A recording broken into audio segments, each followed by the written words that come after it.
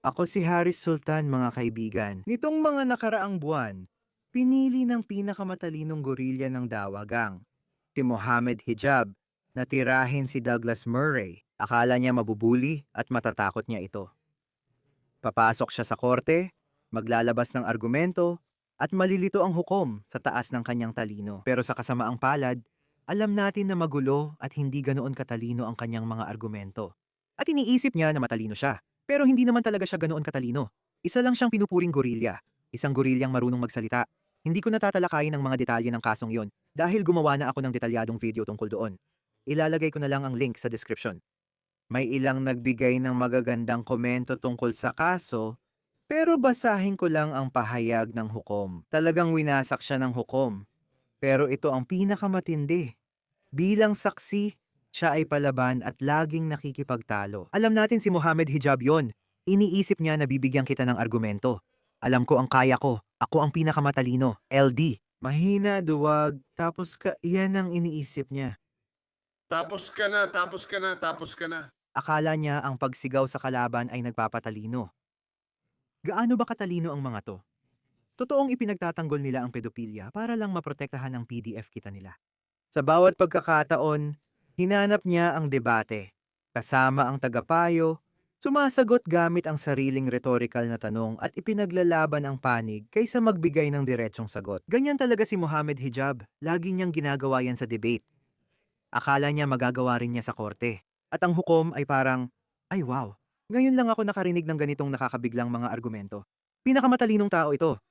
Saan siya galing? Douglas Murray, tanga ka, bigyan mo siya ng 1 milyong libra o ano man yun. At by the way, lahat ng mga claim na ginawa niya, yung pagkawala ng kita at pagkawala ng mga sponsorship deal, galing lahat yon sa mga kaibigan niyang Muslim.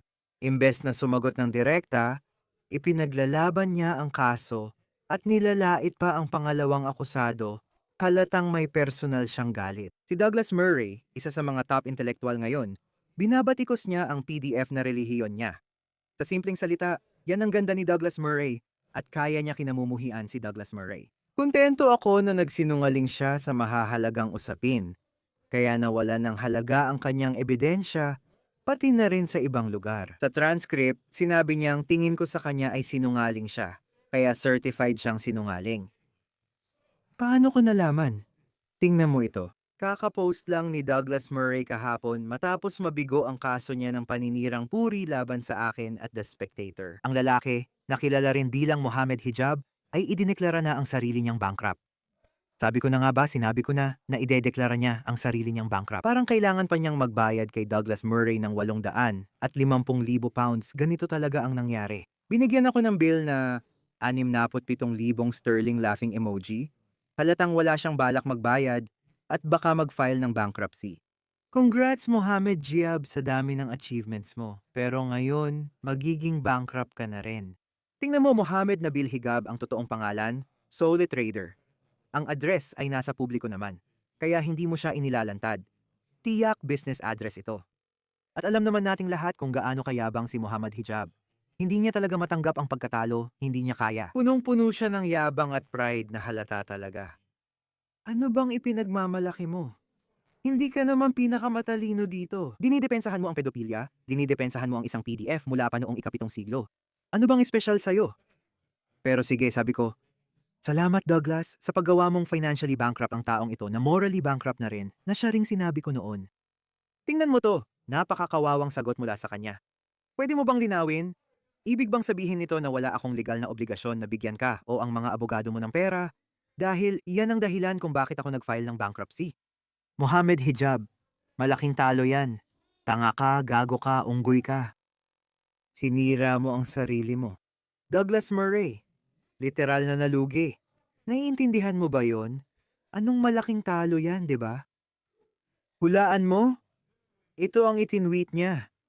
Sa huli, araw ng paghuhukom ang magbubunyag ng totoong nalugi. Kaya alam mo, kapag natalo sila, kapag nawasak at napahiya sila sa mga bagay ng mundo, bumabalik sila sa kanilang pantasyang mundo. O ikaw, maaaring panalo ka dito, pero ako ang panalo sa kabilang buhay na walang nakakaalam o ebidensya. Siyempre, ito ay kanyang guni-guni o guni-guni ng kanyang propeta, wala namang ebidensya dyan.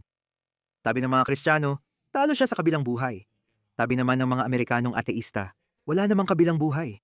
Pero ang sigurado tayo, Mohammed Hijab, totoo ang mundong ito. At sa mundong ito ikaw ay napahiya. Ibinaba ni Douglas Murray ang pantalon mo. Pinatalikod ka at pinalo ng malakas ang puwet mo kaya umiiyak ka na tungkol sa kabilang buhay. Sa totoo lang, nagbanggit lang siya ng kay Muhammad. Parang malabong hadith o kung anuman. Ang pagkabangkarote ng aking umma, siya raw ang mawawala. Wala namang interesado dyan. Kalokohan. Ah, oo nga pala. Kaya pala tina-target din niya si Tommy Robinson at sinusubukan idemanda. Tulad ng ginawa kay Douglas Murray. Sabi niya, pinaliko ni Murray ang sinabi ko na hindi ko raw ibig sabihin noon. Tama ang sinabi niya gaya ni Douglas Murray. Dahil dito natalo siya at hinahabol ngayon si Tommy Robinson. Sumagot si Tommy Robinson, panoorin mo, nakakatawa. Sandali, nalilito ako. Si Mohammed Hijab daw ay nagsampa ng kaso laban sa akin sa High Court ayon sa nakikita at naririnig ko. Sinimulan niya akong idemanda dahil tinawag ko siyang taong yungib at pedopilya. Kaya tinatanong kung idineklara na niyang bangkarote siya dahil hindi niya kayang bayaran si Douglas Murray matapos siyang mapahiya sa pagsubok idemanda ito. Bakit ako dinidemanda ng tagapagtanggol ng mga pedopilya na si Mohammed Hijab? Paano siya magsisimula ng legal na proseso na aabutin ako ng daan-daang libong piso para ipagtanggol ang pangalan ko? Kung siya ay idineklarang bangkarote at wala siyang pera para magbayad, Douglas Murray. Ngayon, ang punto ay kahit sa kaso ni Douglas Murray, lahat ng abogado nila ay nagtatrabaho ng libre. Ganito ang sistema. Ito ang tinatawag na lawfare. May ideolohikal kang suporta mula sa mga Muslim na abogado tulad ng law firm na ito. Nagpadala ko ng mensahe sa kanila, kaya nagtatrabaho silang lahat ng libre. Itinatali ka nila sa korte ng matagal, bahagi ito ng lawfare. Pero paano niya ito nagagawa kung idineklara na niyang bangkarote siya? Kaya kung manalo ako sa kaso, paano niya babayaran ang mga gastusin ko sa abogado, ang daan-daang libong piso na kailangan kong gastusin para linisin ang pangalan ko? Kung may alinlangan dito sa mundo para kay Mohammed Hijab at sa mga abogado niya, isa kang taong gubat na umaasta at may paniniwalang tulad ng taong gubat. Mas maunlad pa ang mga taong gubat kaysa sayo. Atrasadong weirdong gorilya ka. Sige, ang ideolohiya mo ay nangapi ng mga babae at para sa kaalaman ng lahat, ipinagtatanggol mo ang mga pedopilya.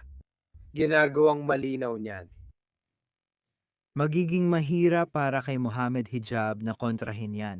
May mga video talaga ng mga taong ipinagtatanggol ang kasal ni Muhammad kay Aisha, na 9 na taong gulang. Pinag-uusapan nila kung paano raw iyon makakabuti sa lipunan. Iyan ang literal na ibig sabihin ng pedopilya, kaya hindi maitago ng mga tagapagtanggol. Gusto ko lang magkomento sa sinabi ni Tommy Robinson. Hindi ako legal expert, pero ang pagkabangkarote ni Mohammed Hijab ay nagtatanggal ng lahat ng utang niya hanggang sa petsa ng pag-file. Kung magsimula siya ng bagong gawain, hindi ito sakop ng kasalukuyang bangkarota, kaya kailangan niyang mag-file muli. At syempre, ang bangkarota ay hindi nag-aalis ng iyong mga obligasyong pinansyal. Kinukuha lang nila ang iyong mga ari-arian at kung anumang natitira. Bibigyan ka nila ng ilang sentimo kada dolyar o kung anuman. Hindi ko alam. Hindi pa ako nag-file ng bangkarota. Si Donald Trump ay maraming beses nang nag-file ng bangkarota. Kayang gawin ng tao ito ng may estratehiya. At yun ang ginawa niya. Pero si Mohammed Hijab ay isang hangal na inakala niyang maloloko niya ang buong mundo. Pero sa huli siya rin ang napahamak. Douglas Murray magaling, Douglas Murray. Ang galing at astig niya. Tignan mo. Anong laki niya? Tignan mo siya. Nakakatawa ito. Gagamitin ko yan sa thumbnail. Ayan na.